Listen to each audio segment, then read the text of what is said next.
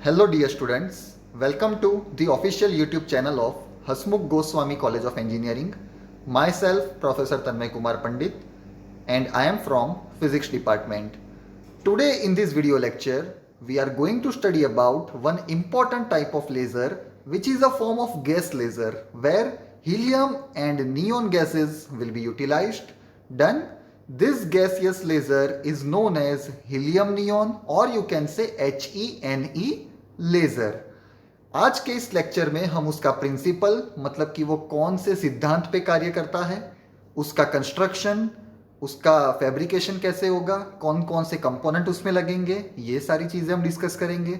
And the last one, हम उसका working देखेंगे कि ये वर्क कैसे करता है, ये दोनों गैस का जो हमने यूटिलाइजेशन किया है for the fabrication of a laser. अच्छा, लेक्चर स्टार्ट करने से पहले एक चीज हमें क्लियर होनी चाहिए, वो है लेजर का फुल फॉर्म। लेजर का फुल फॉर्म क्या है? Light amplification by stimulated emission of radiation. हमें ये लेजर का फुल फॉर्म पता है। लाइट, जो भी फोटोन रेज आते हैं सोलर रेडिएशंस के फॉर्म में, वो हमारी लाइट रेज है। एम्प्लीफिकेशन, कोई भी सिग्नल के मैग्नीट्यूड को अगर आप एनहांस करते हो तो उस प्रोसेस को हम बोलते हैं एम्प्लीफिकेशन। तीसरा और चौथा जो वर्ड है वो है स्टिम्युलेटेड एमिशन। दो प्रकार के एमिशन हमने देखे थे पिछले लेक्चर में, एक था स्टिम्युलेटेड एमिशन, दूसरा था स्पॉन्टेनियस एमिशन। दोनों में क्या फर्क है वो हमने देखा हुआ है कि स्टिम्युलेटेड एमिशन में हमें कुछ एडिशनल सोर्स की जरूरत पड़ेगी और स्पॉन्टेनियस एमिशन में कोई भी एक्सटर्नल सोर्स की एब्सेंस में भी हम इलेक्ट्रॉन को ट्रांजिट करवा सकते हैं। डन। तो यहां पे लेजर में कौन सा एमिशन होता है? Stimulated emission. And the last one is radiation, जो भी हमें आउटपुट मिलेगा वो। डन। तो आइए अभी देखते हैं, पहले कुछ इंट्रोडक्शन के बारे में स्टडी करते कि हीलियम नियॉन लेजर आखिर है क्या। Helium neon laser is a type of gas laser in which a mixture of helium and neon gas is used as a gain medium। जो भी लाइट एम्प्लीफिकेशन हमें करनी है उसका अभी टोटली रिस्पॉन्सिबिलिटी किसको दे दी गई है? एक गैस मिक्सचर को, हीलियम और नियॉन गैस के। Helium neon laser is also known as HENE laser. Helium और नियॉन वर्ड में से जो पहले दो उसके कंपोजिशन है उसको कंबाइन करके ये एक short form HENE laser design किया गया। The helium neon laser was the first continuous wave laser. See, इससे पहले जो भी आपने सेमीकंडक्टर लेजर हो या कोई भी लेजर आपने स्टडी किया है तो वो सिंगल वेव थे। हाँ, अभी जो हमें मिल रहा है वो कंटिन्यूअस वेव, मतलब कि एक वेव का जब ट्रैवलिंग फिनिश हो जाएगा उसके कॉन्सिक्वेंट में दूसरी वेव ट्रैवल करना स्टार्ट कर देगी। Done.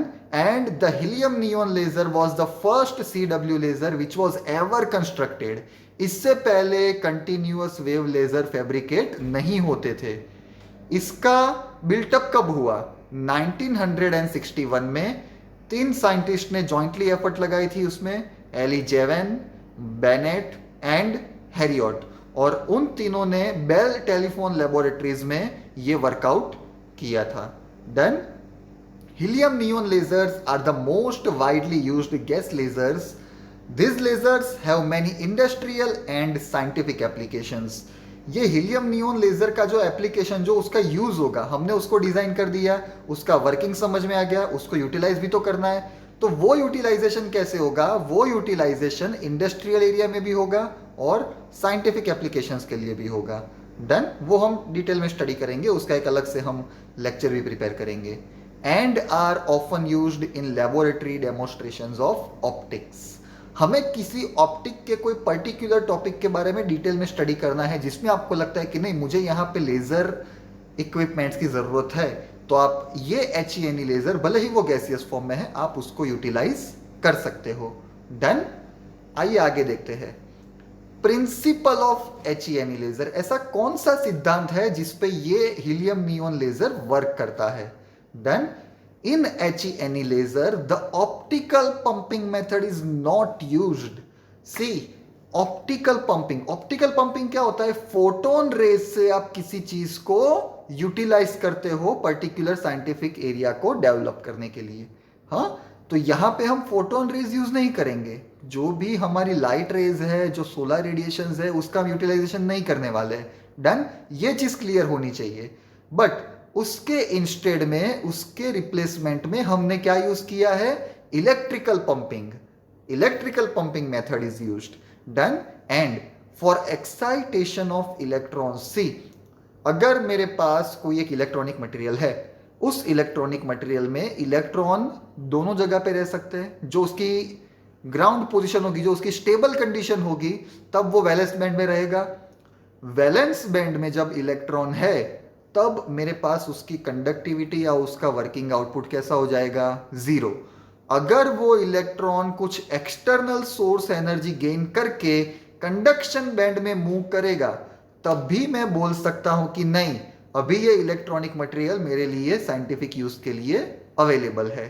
क्योंकि इलेक्ट्रॉन जब कंडक्शन बैंड में आएगा, तभी उसकी जो कैरेक्टरिस्टिक्स है वो एक्टिव होगी। डन।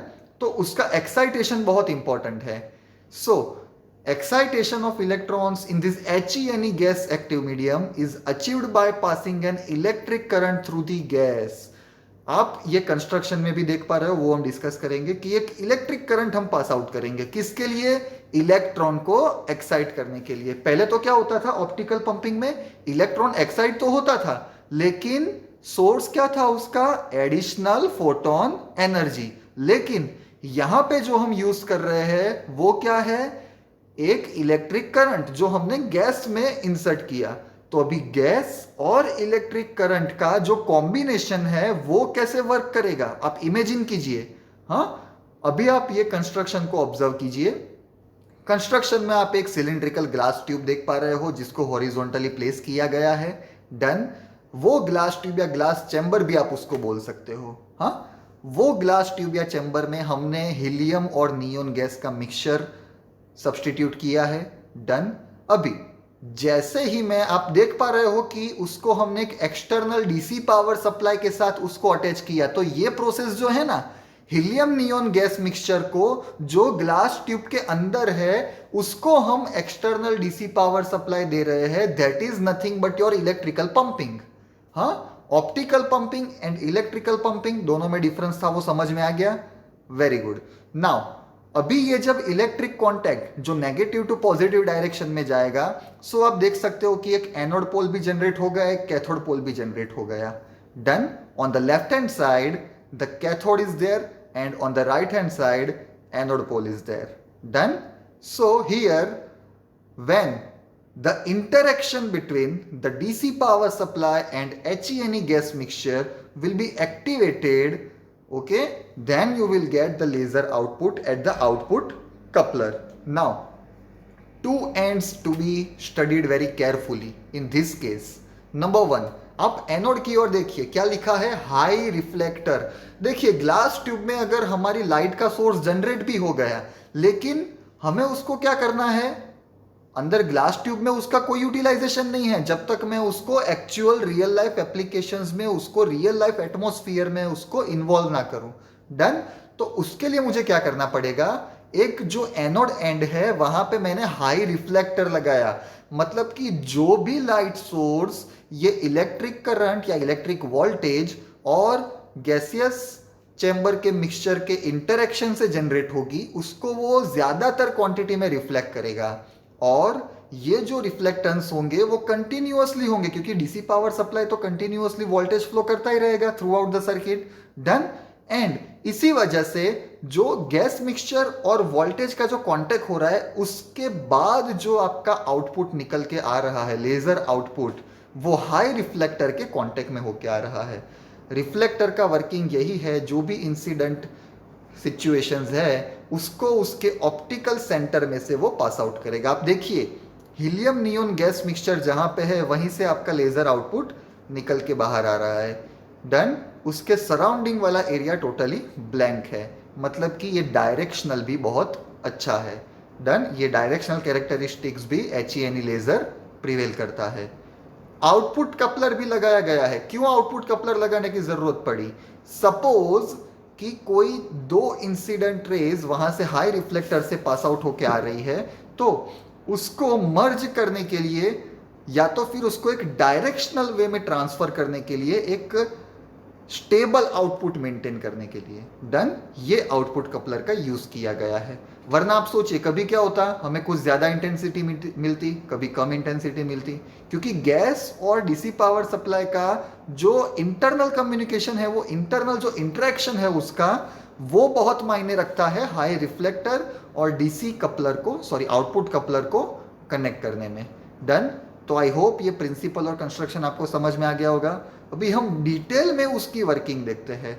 ये सारी चीजें ध्यान में रखना, और हर एक चीज यहाँ पे जो आउटपुट कपलर है, हाई रिफ्लेक्टर है, डीसी पावर सप्लाई है, ग्लास ट्यूब आप देख रहे हो, ग्लास ट्यूब में जो मिरर्स लगे हैं वो भी आप देख पा रहे हो। तो ये सारी चीजें क्यों लगाते हैं? जो हाई रिफ्लेक्टर है, रिफ्लेक्टर किसको बोलेंगे? मिरर को, ऑब्वियसली। हाँ, सो ये जो चीजें हैं उसको अभी हम वर्किंग सेक्शन में स्टडी करने वाले हैं वन बाय वन। ओके,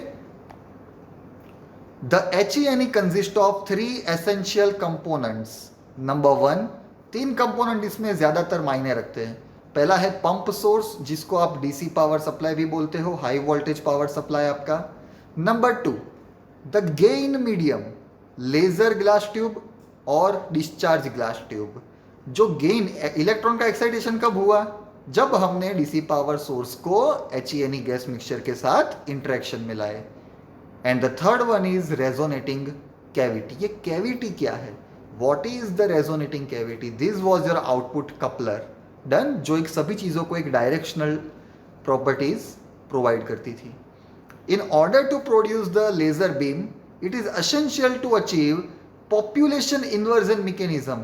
यहाँ पे दो चीज आपने पिछले लेक्चर्स में भी देखा होगा कि ऑप्टिकल पंपिंग क्या है और पॉपुलेशन इन्वर्जन क्या है। तो ये पॉपुलेशन इन्वर्जन का फिनोमिना तो हम जानते हैं, the process of achieving more electrons in the higher energy state as compare to the lower energy state. Generally क्या होता है कि जो लोअर एनर्जी स्टेट होता है ना, जिसको हम स्टेबल कंडीशन बोलते हैं, न्यूट्रल कंडीशन, जिस पे हमने कोई एक्सटर्नल फील्ड अप्लाई नहीं किया है, उसमें क्या होगा कि ग्राउंड स्टेट जो होगा, जो लोअर स्टेट, उसमें ज्यादा इलेक्ट्रॉन्स रहेंगे, और जो हायर एनर्जी स्टेट होगा, जिसको आप अभी कंडक्शन बैंड भी बोल सकते हो, तो कंडक्शन बैंड में ज्यादा इलेक्ट्रॉन रहेंगे, बैलेंस बैंड में कम इलेक्ट्रॉन रहेंगे। इन जनरल जब भी वो स्टेबल पोजीशन में होगा उसमें ये कंडीशन फुलफिल रहेगी। लेकिन अभी हम क्या कर रहे हैं? पॉपुलेशन इन्वर्जन, मतलब कि अभी हायर एनर्जी स्टेट में इलेक्ट्रॉन्स का नंबर बढ़ जाएगा और लोअर एनर्जी स्टेट में इलेक्ट्रॉन का नंबर कम हो जाएगा। मतलब कि स्टेबल कंडीशन से एकदम opposite, 180 degree shift.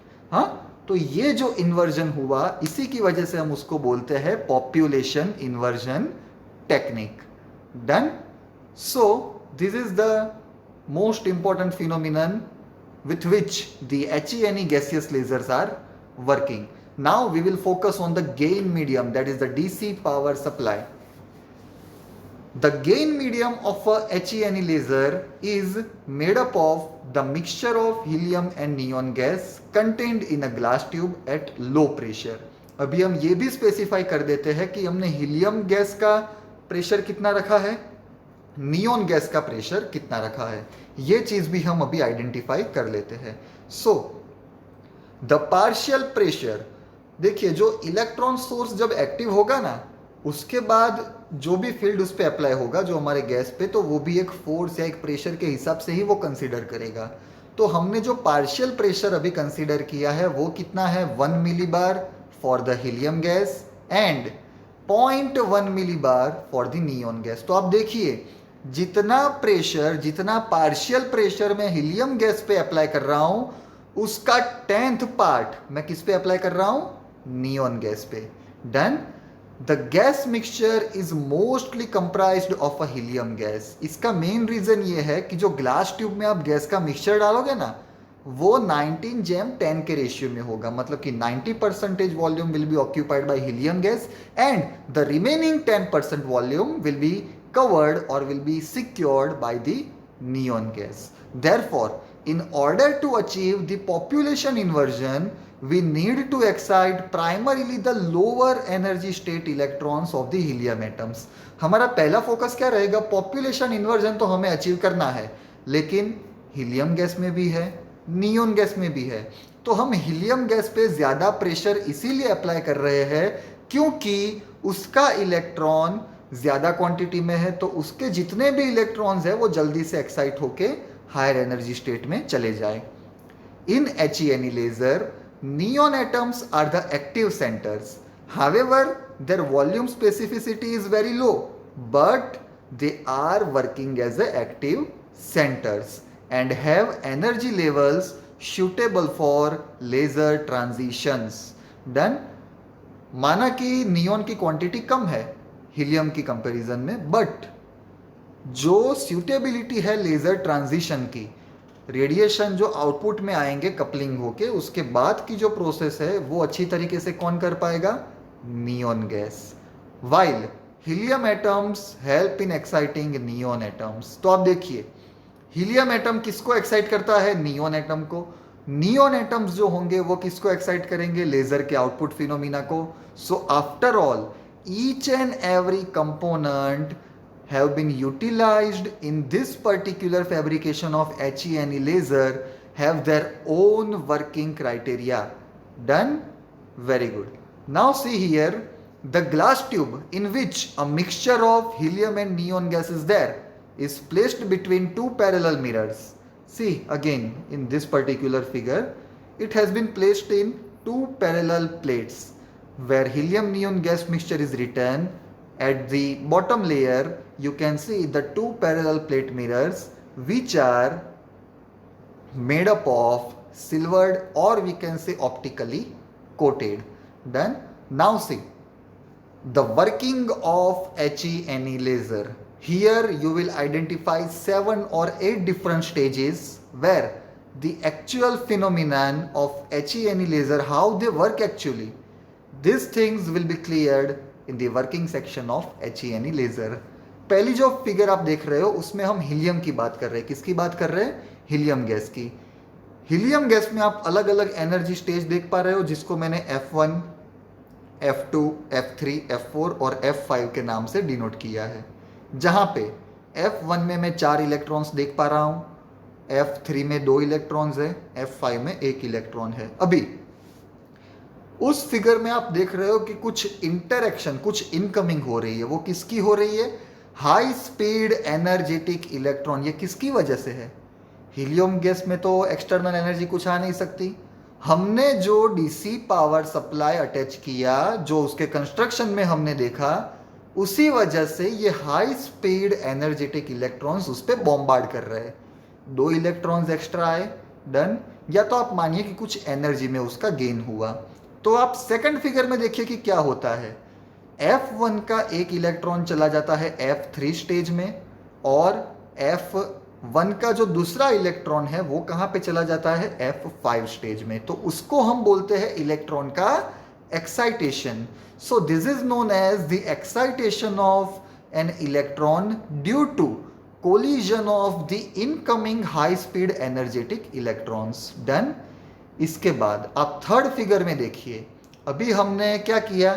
Helium gas की ये कंडीशन मिल गई हमें, third figure and the second figure. Now look at the fourth figure. In the fourth figure we are considering the ground situation of neon gas. अभी हमने बोला था कि हीलियम गैस जो है वो इनडायरेक्टली नियॉन गैस को एक्साइट करेंगे. नियॉन का बेसिकली स्टेज क्या है? E1, E2, E3, E4 and E5. Again E1 में 4 इलेक्ट्रॉन्स है, E3 में 2 और E5 में 1 इलेक्ट्रॉन है. अभी जो हीलियम इलेक्ट्रॉन्स है वो कहां पे कोलाइड होंगे? ग्राउंड स्टेट में. किसके ग्राउंड स्टेट में? नियॉन के. और नियॉन के ग्राउंड स्टेट में रहे इलेक्ट्रॉन्स के साथ वो कोलाइड होंगे. तो अब आप देखिए उसके बाद क्या प्रोसेस होती है. See the helium and neon interaction will be like this कि नियॉन गैस में भी अभी क्या हो जाएगा? ट्रांजिशन. जैसे ही फर्स्ट एंड सेकंड फिगर में देखा था, लेकिन उसमें हम देख रहे थे कि थर्ड और फिफ्थ स्टेज में ही जा रहे थे. यहां पे सारे एनर्जी लेवल्स यहां पे इलेक्ट्रॉन्स के साथ फुलफिल हो रहे हैं. डन. इसको हम बोलते हैं that neon electrons releasing photons. See अभी आप ऐसा नहीं बोल सकते कि नियॉन ने इलेक्ट्रॉन को रिलीज किया. दिस नियॉन विल, जो ब्लू लाइन से आप देख रहे हो वो फोनॉन्स है. क्या है? Photons. while falling to the lower energy state. अभी आप देखिए कि E5 में 2 इलेक्ट्रॉन आ गए, E3 में 3 इलेक्ट्रॉन और E1 में 3 इलेक्ट्रॉन। डन। अभी लास्ट में जब हम उसको कोई एक्सटर्नली एनर्जी अप्लाई नहीं करेंगे तो उस वक्त क्या होगा, E5 का इलेक्ट्रॉन E4 में आएगा, E3 का इलेक्ट्रॉन E2 में आएगा। जब भी ये एमिशन हो रहा है हायर एनर्जी स्टेट से कोई लोअर एनर्जी स्टेट की ओर आ रहा है, तब हम जानते हैं कि फोटोन रिलीज होगा। हाँ, तो सबसे पहले क्या हुआ, फिर से फटाफट रिकॉल करते हैं। हीलियम में डीसी पावर सोर्स के साथ एनर्जी आई, वो एनर्जी ने इलेक्ट्रॉन को एक्साइट किया। हीलियम गैस ने नियॉन गैस के मिक्सचर को एक्साइट किया, उसके इलेक्ट्रॉन अलग अलग एनर्जी लेवल्स पे देखे, E1, E3, E5। उसके बाद हमने एनर्जी देना स्टॉप कर दिया आफ्टर सर्टेन टाइम ड्यूरेशन।